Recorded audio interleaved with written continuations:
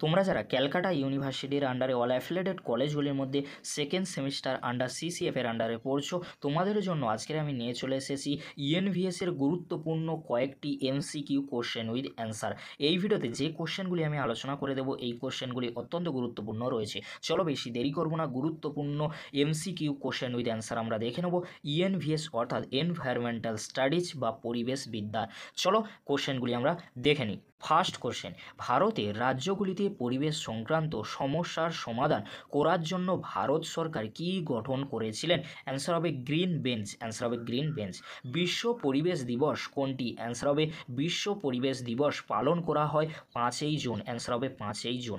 চিপকো আন্দোলন মহিলারা বৃক্ষচ্ছেদনের বিরুদ্ধে প্রতিবাদ করেছিলেন। পরবর্তী কোশ্চেন, ভারতে পরিবেশ বিষয়ে একটি সরকারি প্রতিষ্ঠান হলো সেন্ট্রাল গঙ্গা অথরিটি। পরবর্তী কোশ্চেন, গ্রিন বেঞ্চ স্থাপিত হয় কত সালে?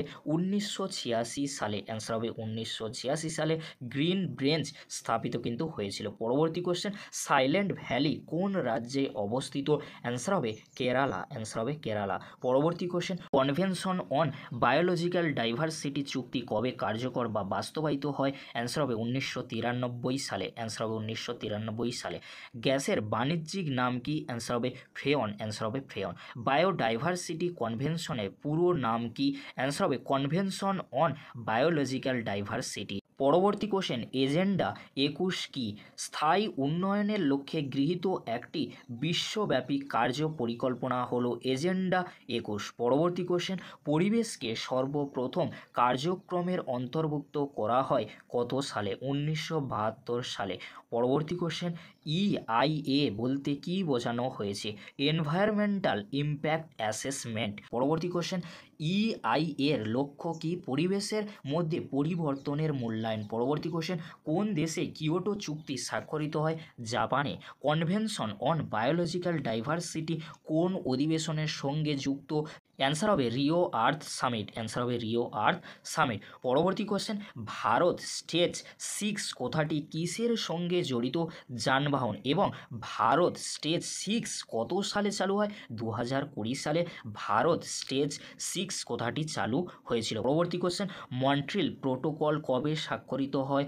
1987 সালে। আর মন্ট্রিল প্রোটোকল কবে কার্যকর হয়? 1989 সালে। পরবর্তী কোশ্চেন, বসুন্ধরা সম্মেলন কোথায় অনুষ্ঠিত হয়? ব্রাজিলে। রিও ঘোষণা বলতে বোঝায় বসুন্ধরা সম্মেলনকে। পরবর্তী কোশ্চেন, মেধা পাটেকর কিসের সঙ্গে যুক্ত?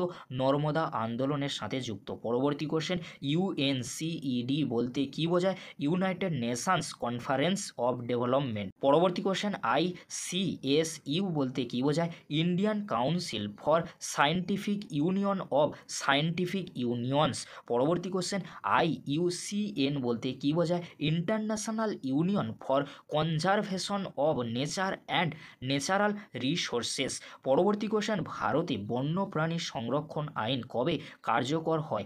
1972 সালে। আর ভারতে বন্যপ্রাণী সংরক্ষণ আইন সংশোধন করা হয় 2021 সালে। পরবর্তী কোশ্চেন, ভারতের পরিবেশ সুরক্ষা আইন কত সালে কার্যকর হয়? 1986 সালে। পরবর্তী কোশ্চেন, ভারতে বন বা অরণ্য সংরক্ষণ আইন কবে কার্যকর হয়? 1980 সালে।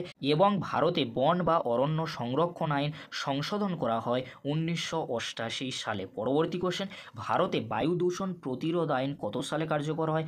1981 সালে। পরবর্তী কোশ্চেন, জীব বৈচিত্র্য আইন কত সালে প্রণীত হয়? 2002 সালে। কিয়োটো প্রোটোকল কবে অনুষ্ঠিত হয় বা কিয়োটো চুক্তি কত সালে স্বাক্ষরিত হয়? তোমাদেরকে বলে রাখি, কিয়োটো চুক্তি স্বাক্ষরিত হয়েছিল 1997 সালে। আর কিয়োটো প্রোটোকল কার্যকর হয়েছিল 2005 সালে। দুটি কোশ্চেন অত্যন্ত গুরুত্বপূর্ণ। পরবর্তী কোশ্চেন, ভারতে জল দূষণ প্রতিরোধ আইন কবে কার্যকর হয়? 1974 সালে। পরিবেশ নিয়ে প্রথম আন্তর্জাতিক সম্মেলন অনুষ্ঠিত হয়? অ্যান্সার হবে স্টকহোম। অ্যান্সার হবে স্টকহোম।